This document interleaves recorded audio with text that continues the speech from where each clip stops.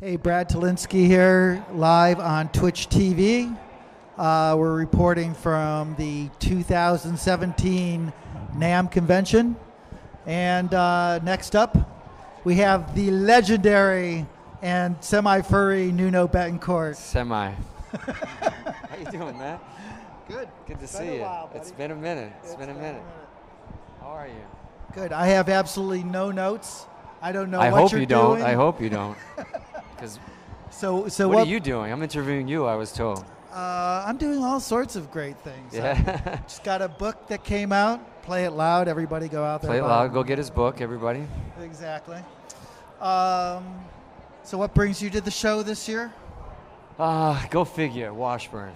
Still. Washburn. After so many years. Still crazy after Still all. crazy after all these years. I don't know why they stick with me, but they do. They do. Are there any new variations on the N4 that we should know about? We still haven't been able to afford paint yet and a finish, but we're getting there. We're almost making. No. I mean, look, there's been a lot of variations since back in the day, but I think I've seen every version of it, which is amazing. But the original N4 stays the same. Good old, faithful. You can do a gig. You can cut meatballs on it. You can do all sorts of things. It's amazing. The Ginsu guitar. Yeah. You get a free set of Ginsu knives, and it makes mounds and mounds of coleslaw, without a doubt. Well, I stopped by the Washburn booth and I was looking around, and I saw that they did a sort of a 7-string variation. They did. I've actually been writing a few things with it. Yeah. It's not like I'm going to play any chords on the thing, but it's very cool. I'm actually having some fun with it. Isn't it like really weird after you've been playing 6 strings? Very weird. Yeah. It's very weird. It's like a bad dream. It's like if Zeppelin asked you to go play and Jimmy Page up, and then they hand you a 7-string, and that's it. Yeah, it's just your life is over. It's done, man. I say it's like all of a sudden, if you found you had an extra finger on your hand too. Yeah. Like it would take you a while to figure out it would. how to use that. Yeah, thing. and especially when you look at like a Floyd, they make a Floyd, and you look at that extra fine tuner, and it's a bad dream. Yeah. It's a bad dream. So make sure you go out and get the 7-string N4 because it's a bad dream. It's a bad. Good marketing. Good marketing. I love it though. I love bad dreams. I love bad dreams. So what's going on the musical front? A bit of everything, man. You remember the Extreme Boys? We're doing a new album. Oh, you guys are? Yeah. When's that coming out? Yeah, we're shooting for hopefully the end of spring, summer. We're excited about it, as bands are. We're very excited about it. Yeah. Any grand concepts or just a bunch of great songs? Nah, just a bunch of, stuff that people don't want anymore. Memorable hit songs. Just those sorts of things. Good riffs, great Good solos. riffs, great I don't want that. The shit that nobody listens to anymore. Portugal. And you've been playing with other artists. You did tour for a bit with Rihanna. You're still doing that stuff? Yeah, no, I'm not. I didn't do the last tour. I'm kind of trying to go back to the rock and roll, but I did 5 years with her, and it was amazing playing with some great musicians. And when you got a band, when the drummer comes off a Stevie Wonder tour, Christopher Johnson, you got bass player, like the band was ridiculous. People said to me, "Geez, you're doing this pop gig," and I thought it was going to be a day at the park. It was anything but. It was you had to be able to actually the extreme stuff is what you know and what you write. All of a sudden you're going from a reggae song to a pop song to an R&B track to a real funk trap to a trap to a club track, and you had to really put all these hats. And that I love everything, and it was a challenge, and they basically said, hey, put your guitars on these songs, and all these hits that she's had, and make them heavy, make them rock. It was really fun, and she was amazing to work with. Yeah. So they didn't make you hide your light under a bushel basket. They actually wanted that guitar out there in front. They wanted it out there. Not only that, they gave me like 3 or 4 of these massive pieces. What's up, man? Massive guitar moments, 3-4 minute, go out in the middle of the center of the arena and just improvise for that. It's amazing. Thank God for wardrobe changes. Yes. Thank God for wardrobe changes. All the little girls went out to get their drinks during that period. That was it. No, but her crowd is their music, man. They love music. Yeah. It ain't no lightweights out there.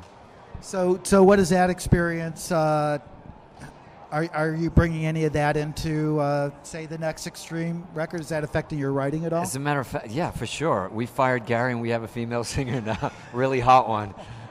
Yeah, that's the way we're going to approach it, because it seems to work for Rihanna.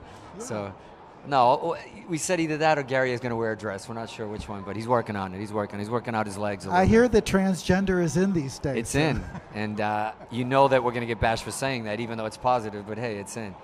Can't say anything these days. It's going to bring a whole new meaning to the words porno graffiti. Absolutely.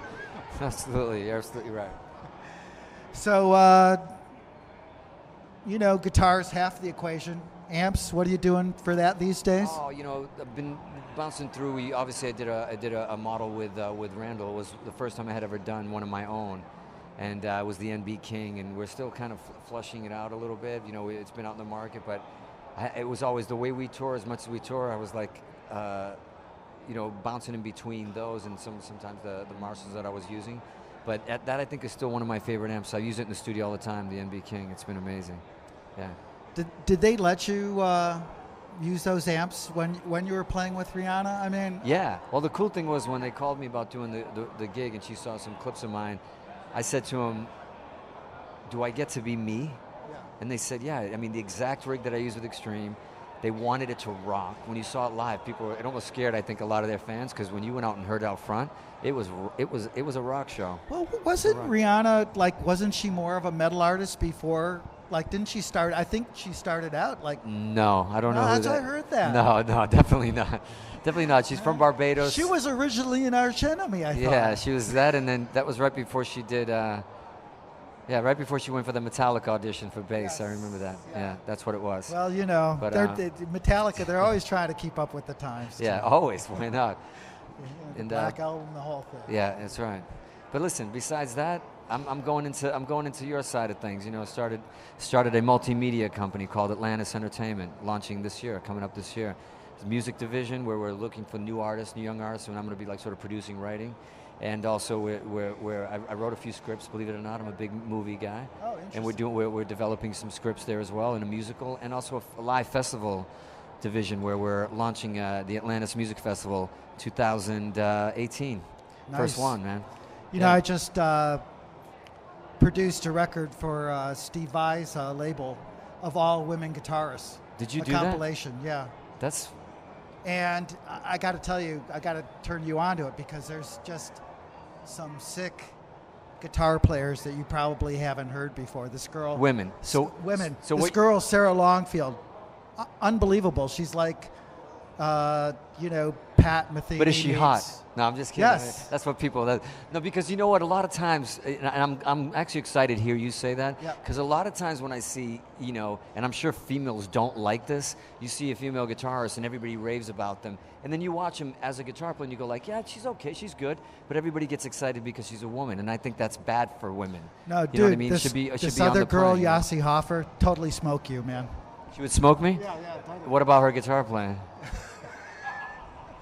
I don't know. He set me up. There. What do you want me to? Couldn't help honestly, I'm just fucking around, but I'm excited. So with Steve, you did it. How do I've been playing with Steve, and he didn't even tell me about this. What's going on? Did you come to see Generation X? You didn't even bother. You didn't even come to see Generation X, did you? I saw it. Because it's all about the women. I saw it. It's all about the women with you.